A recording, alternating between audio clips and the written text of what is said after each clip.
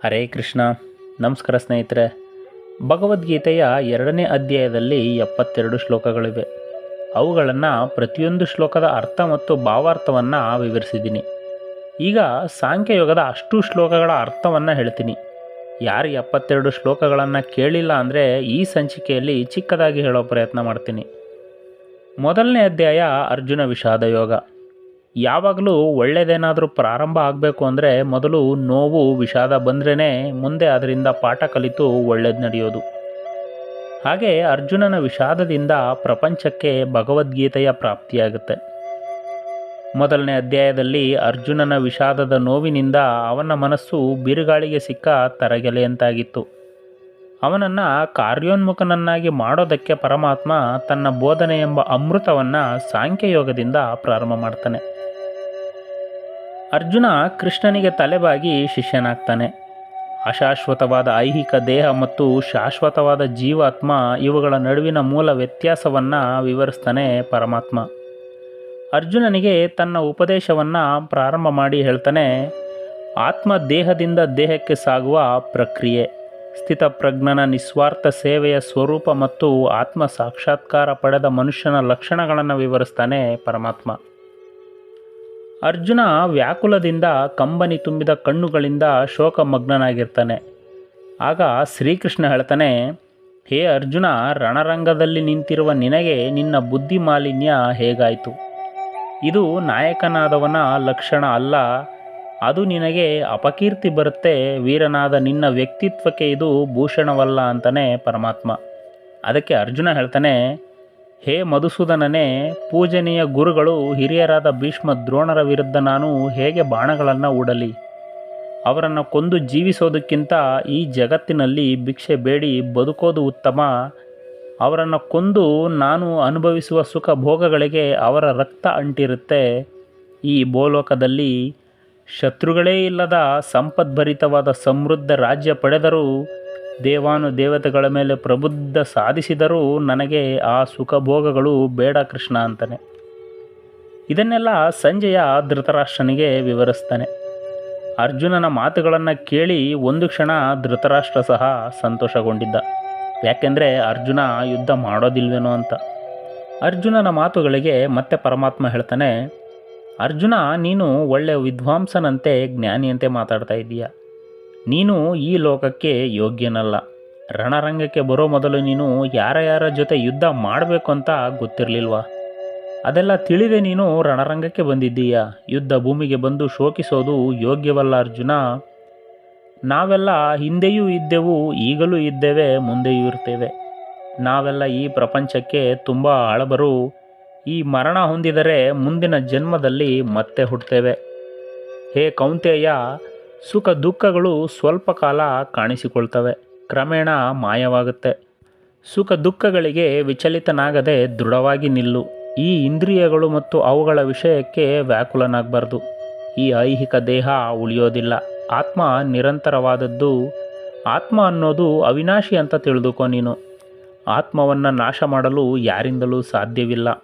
ಇಲ್ಲಿ ಶರೀರವಷ್ಟೇ ನಾಶವಾಗೋದು. ಶೋಕಿಸೋದನ್ನು ಬಿಟ್ಟು ಯುದ್ಧ ಮಾಡು. ಆತ್ಮವನ್ನು ವಾಸ್ತವವಾಗಿ ಯಾರನ್ನು ಕೊಲ್ಲುವುದೂ ಇಲ್ಲ, ಕೊಲ್ಲಲ್ಪಡುವುದೂ ಇಲ್ಲ. ಆತ್ಮ ಯಾವುದೇ ಕಾಲದಲ್ಲೂ ಹುಟ್ಟೋದು ಇಲ್ಲ, ಸಾಯೋದು ಇಲ್ಲ. ಅದು ನಿತ್ಯವಾದದ್ದು, ಶಾಶ್ವತವಾದದ್ದು. ಮನುಷ್ಯರು ಹಳೆಯ ಬಟ್ಟೆಗಳನ್ನು ತ್ಯಾಗ ಮಾಡಿ ಹೊಸ ಬಟ್ಟೆ ಧರಿಸುತ್ತಾರೋ ಹಾಗೆ ಆತ್ಮವು ಹಳೆಯದಾದ ಶರೀರವನ್ನು ತ್ಯಾಗ ಮಾಡಿ ಹೊಸ ದೇಹವನ್ನು ಸ್ವೀಕರಿಸುತ್ತೆ. ಆತ್ಮವನ್ನು ಯಾವುದೇ ಶಕ್ತಿಶಾಲಿ ಅಸ್ತ್ರಗಳಿಂದಾಗಲಿ ನಾಶ ಮಾಡಲು ಸಾಧ್ಯವಿಲ್ಲ. ಹುಟ್ಟಿದವನು ಸಾಯಲೇಬೇಕು ಮತ್ತು ಮರಣದ ನಂತರ ಮತ್ತೆ ಹುಟ್ಟಲೇಬೇಕು. ನೀನು ನಿನ್ನ ಕರ್ತವ್ಯ ಮಾಡೋದು ಅನಿವಾರ್ಯ. ನೀನು ದುಃಖಿಸಲು ಇಲ್ಲಿ ಕಾರಣವೇ ಇಲ್ಲ. ಕ್ಷತ್ರಿಯನಾಗಿ ನಿನ್ನ ಸ್ವಧರ್ಮವನ್ನು ಪಾಲಿಸಿದಾಗ ಧರ್ಮಕ್ಕಾಗಿ ಹೋರಾಡುವುದಕ್ಕಿಂತ ಶ್ರೇಯಸ್ಕರವಾದ ಕಾರ್ಯ ಇನ್ನೊಂದಿಲ್ಲ ಅನ್ನೋದನ್ನು ತಿಳಿ. ಈ ಯುದ್ಧ ಮಾಡೋದು ನಿನಗಾಗಿ, ನಿನ್ನ ಸ್ವಧರ್ಮ ಪಾಲನೆ ಮಾಡೋದಕ್ಕಾಗಿ. ಅದು ತೆರೆದಿರುವ ಸ್ವರ್ಗದ ದ್ವಾರದಂತೆ. ನೀನು ನಿನ್ನ ಸ್ವಧರ್ಮವನ್ನು ಕರ್ತವ್ಯ ಪಾಲನೆ ಮಾಡದೇ ಇದ್ದರೆ ಅದು ಪಾಪವಾಗುತ್ತೆ. ಅರ್ಜುನ, ವೀರ ಧೀರ ಅಂತ ತಿಳಿದಿರೋ ಜನರು ನಿನ್ನ ಹೇಡಿ ಅಂತಾರೆ. ನಿನಗೆ ಅಪಕೀರ್ತಿ, ನಿನ್ನ ಅಪಯಶಸ್ಸನ್ನು ಕುರಿತು ಮಾತಾಡ್ತಾರೆ. ನಿನ್ನ ವೈರಿಗಳು ನಿನ್ನ ಸಾಮರ್ಥ್ಯದ ಬಗ್ಗೆ ನಿಂದನೆ ಮಾಡ್ತಾರೆ. ಯುದ್ಧ ಪ್ರಾರಂಭ ಮಾಡು. ಯುದ್ಧದಲ್ಲಿ ಸತ್ತರೆ ವೀರ ಸ್ವರ್ಗವಿದೆ, ಗೆದ್ದರೆ ಅನುಭವಿಸೋದಕ್ಕೆ ರಾಜ್ಯ ಭೋಗಗಳಿವೆ. ಜಯ ಅಪಜಯ, ಲಾಭ ನಷ್ಟ, ಸುಖ ದುಃಖಗಳನ್ನು ಸಮನಾಗಿ ತಿಳಿದುಕೊಂಡು ಯುದ್ಧಕ್ಕೆ ಸಿದ್ಧನಾಗು. ಇಂತಹ ಸಮಬುದ್ಧಿಯಿಂದ ನೀನು ಕರ್ಮಗಳ ಬಂಧನದಿಂದ ಮುಕ್ತನಾಗು. ಇಲ್ಲಿ ಮಾಡಿದ ಪ್ರಯತ್ನ ವ್ಯರ್ಥವಾಗೋದಿಲ್ಲ. ಇಲ್ಲಿ ನಿಶ್ಚಯ ಸ್ವಭಾವದಿಂದ ಬುದ್ಧಿ ಏಕನಿಷ್ಠೆಯಿಂದ ದೃಢ ಸಂಕಲ್ಪವನ್ನು ಹೊಂದಬೇಕು. ನಾವು ವೇದವನ್ನು ಅನುಸಂಧಾನ ಮಾಡಬೇಕು. ಮೇಲ್ನೋಟದ ಅರ್ಥದಿಂದ ಆಳಕ್ಕೆ ಇಳಿದರೆ ಅದು ಸ್ಪಷ್ಟವಾಗಿ ಕಾಣುತ್ತೆ. ಆತ್ಮವದಲ್ಲಿ ನಿಷ್ಠನಾಗು. ನಿನಗೆ ಕರ್ಮ ಮಾಡೋದರಲ್ಲಿ ಅಧಿಕಾರವಿದೆ, ಅದರ ಫಲಗಳಲ್ಲಿ ಎಂದಿಗೂ ಅಧಿಕಾರವಿಲ್ಲ. ಕರ್ಮಗಳ ಫಲಕ್ಕೆ ಕಾರಣನಾಗಬೇಡ. ಫಲವನ್ನೇ ನಂಬಿ ಕರ್ಮವನ್ನು ಮಾಡಬೇಡ. ನಿನ್ನ ಕರ್ತವ್ಯ ಬುದ್ಧಿಯಿಂದ ಕರ್ಮಗಳನ್ನು ಮಾಡು. ಫಲ ಅಪೇಕ್ಷೆ ಇಲ್ಲದೆ ಮಾಡು. ಸೋಲು ಗೆಲುವುಗಳಲ್ಲಿ ಯಾವುದೇ ಆಸಕ್ತಿ ಇಲ್ಲದೆ ಸಮಚಿತ್ತದಿಂದ ನಿನ್ನ ಕರ್ತವ್ಯವನ್ನು ಮಾಡು. ಸಮಬುದ್ಧಿ ಉಳ್ಳವನಾಗು. ನೀನು ಭಕ್ತಿಪೂರ್ವಕ ಸೇವೆಯಿಂದ ಭಗವಂತನಿಗೆ ಶರಣಾಗು. ಕರ್ಮದ ಫಲಕ್ಕಾಗಿ ಆಸೆ ಪಡಬೇಡ. ಬುದ್ಧಿವಂತರಾದ ಜ್ಞಾನಿಗಳು ಕರ್ಮ ಫಲವನ್ನು ತ್ಯಜಿಸಿ ಜನ್ಮ ಬಂಧನದಿಂದ ಪಾರಾಗಿ ಕ್ಲೇಶವಿಲ್ಲದ ಪರಮ ಪದವನ್ನು ಹೊಂತಾರೆ. ಹಾಗೆ ನಿನ್ನ ಬುದ್ಧಿ ಮೋಹವೆಂಬ ಕೊಳೆಯಿಂದ ಪಾರಾಗುವುದೋ ಆಗ ನಿನಗೆ ಲೋಕ ಮತ್ತು ಪರಲೋಕಗಳ ಸಮಸ್ತ ಕ್ಷಣಿಕ ವಸ್ತುಗಳ ಮೇಲೆ ವೈರಾಗ್ಯ ಉಂಟಾಗುತ್ತೆ. ಯಾವಾಗ ನಿನ್ನ ಬುದ್ಧಿ ನಿನ್ನಲ್ಲಿ ಅಚಲ ಮತ್ತು ಸ್ಥಿರವಾಗಿ ನಿಲ್ಲುವುದೋ ಆಗ ನೀನು ಯೋಗವನ್ನು ಪಡಿತೀಯ. ನೀನು ಯೋಗವನ್ನು ಪಡೆಯಬೇಕಾದರೆ ಸ್ಥಿರ ಬುದ್ಧಿ ಉಳ್ಳವನಾಗಬೇಕು ಅಂತಲೇ ಪರಮಾತ್ಮ. ಅದಕ್ಕೆ ಅರ್ಜುನ ಪ್ರಶ್ನೆಯನ್ನು ಕೇಳ್ತಾನೆ, ಹೇ ಕೇಶವ, ಸ್ಥಿರ ಬುದ್ಧಿ ಉಳ್ಳವನು ಹೇಗಿರ್ತಾನೆ, ಅವನ ಲಕ್ಷಣಗಳೇನು ಅಂತ. ಅದಕ್ಕೆ ಮುಗುಳ್ನಗುತ್ತಲೇ ಉತ್ತರವನ್ನು ಕೊಡ್ತಾನೆ ಪರಮಾತ್ಮ ಶ್ರೀಕೃಷ್ಣ. ಹೇ ಪಾರ್ಥ, ಎಲ್ಲ ಕಾಲದಲ್ಲೂ ಮನಸ್ಸಿನಲ್ಲಿರುವ ಎಲ್ಲ ಕಾಮನೆಗಳನ್ನು ಸಂಪೂರ್ಣವಾಗಿ ತ್ಯಜಿಸುತ್ತಾನೋ, ಆತ್ಮನಲ್ಲಿಯೇ ಸಂತುಷ್ಟನಾಗ್ತಾನೋ ಅವನನ್ನು ಸ್ಥಿತಪ್ರಜ್ಞ ಅಂತ ಕರೀತಾರೆ. ಅವನಿಗೆ ಯಾವುದರಲ್ಲೂ ಆಸಕ್ತಿ ಇರೋದಿಲ್ಲ. ಯಾವುದು ಹೇಗೆ ಬರುತ್ತೋ ಹಾಗೆ ಸ್ವೀಕರಿಸ್ತಾನೆ. ಬಂದದ್ದನ್ನು ಹೊಗಳೋದು ಇಲ್ಲ, ತೆಗಳೋದು ಇಲ್ಲ.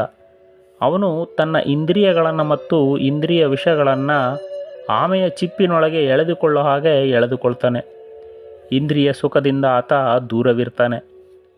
ಈ ಇಂದ್ರಿಯಗಳು ಎಷ್ಟು ಬಲಶಾಲಿ ಮತ್ತು ಆವೇಶದಿಂದ ಕೆಲಸ ಮಾಡುತ್ತೆ ಅಂದರೆ ಅವುಗಳನ್ನು ನಿಯಂತ್ರಿಸಲು ಅಸಾಧ್ಯ.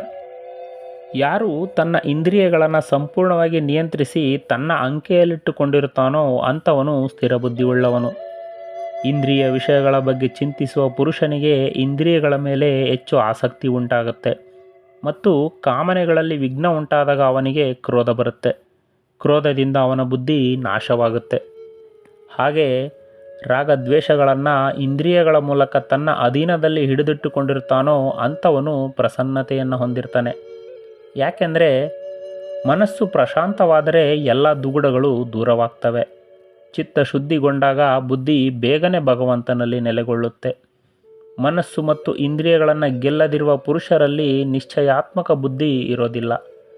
ಭಾವನಾಹೀನನಾಗಿ ಶಾಂತಿಯೂ ಸಿಗೋದಿಲ್ಲ. ಶಾಂತಿ ಇಲ್ಲದವನಿಗೆ ಸುಖವೂ ಸಿಗೋದಾದರೂ ಹೇಗೆ? ಇಂದ್ರಿಯಗಳನ್ನು ನಿಗ್ರಹಿಸದೇ ಇದ್ದರೆ ನೀರಿನಲ್ಲಿ ಗಾಳಿಗೆ ಸಿಕ್ಕ ಹಡಗಿನಂತಾಗುತ್ತೆ ಬದುಕು. ಆದ್ದರಿಂದ ಎಲ್ಲ ಬಗೆಯ ಇಂದ್ರಿಯಗಳನ್ನು ತನ್ನ ಹಿಡಿತದಲ್ಲಿ ಇಟ್ಟುಕೊಂಡಿರುವವನು ಸ್ಥಿರಬುದ್ಧಿಯುಳ್ಳವನು. ಅವನ ಅರಿವು ಗಟ್ಟಿಯಾಗಿರುತ್ತೆ. ಅಂಥವನು ಇಂದ್ರಿಯಗಳು ಎಚ್ಚರವಿರುವಾಗ ಅವನಿಗೆ ರಾತ್ರಿಯಾಗಿರುತ್ತೆ. ಎಲ್ಲಿ ಇಂದ್ರಿಯಗಳು ಎಚ್ಚರವಾಗಿಲ್ಲವೋ ಅಲ್ಲಿ ಅವನಿಗೆ ಹಗಲಿರುತ್ತೆ. ಅಂಥವನ ಮನಸ್ಥಿತಿ ಹೇಗಿರುತ್ತೆ ಅಂದರೆ ಸದಾ ನದಿಗಳ ನೀರು ತುಂಬುತ್ತಿದ್ದರೂ ಶಾಂತವಾದ ಸಾಗರದಂತೆ ನಿಂತಿರ್ತಾನೆ. ಯಾವುದೇ ಕಾಮನೆಗಳನ್ನು ಬಯಸೋದಿಲ್ಲ. ಅಂಥವನು ತನ್ನ ಎಲ್ಲ ಬಯಕೆಗಳನ್ನು ತ್ಯಜಿಸಿರ್ತಾನೆ. ಬಯಕೆಗಳಿಂದ ಮುಕ್ತನಾಗಿರ್ತಾನೆ. ಎಲ್ಲ ನನ್ನದೇ, ಎಲ್ಲ ನನಗೇ ಸೇರಬೇಕು ಎಂಬ ಒಡೆತನದ ಭಾವನೆಯನ್ನು ಬಿಟ್ಟಿರ್ತಾನೆ. ಅಹಂಕಾರ ರಹಿತನಾಗಿರ್ತಾನೆ. ಅಂಥವನು ನಿಜವಾದ ಶಾಂತಿಯನ್ನು ಪಡಿತಾನೆ. ಇದು ಆಧ್ಯಾತ್ಮಿಕತೆಯ ಬ್ರಾಹ್ಮಿ ಸ್ಥಿತಿ.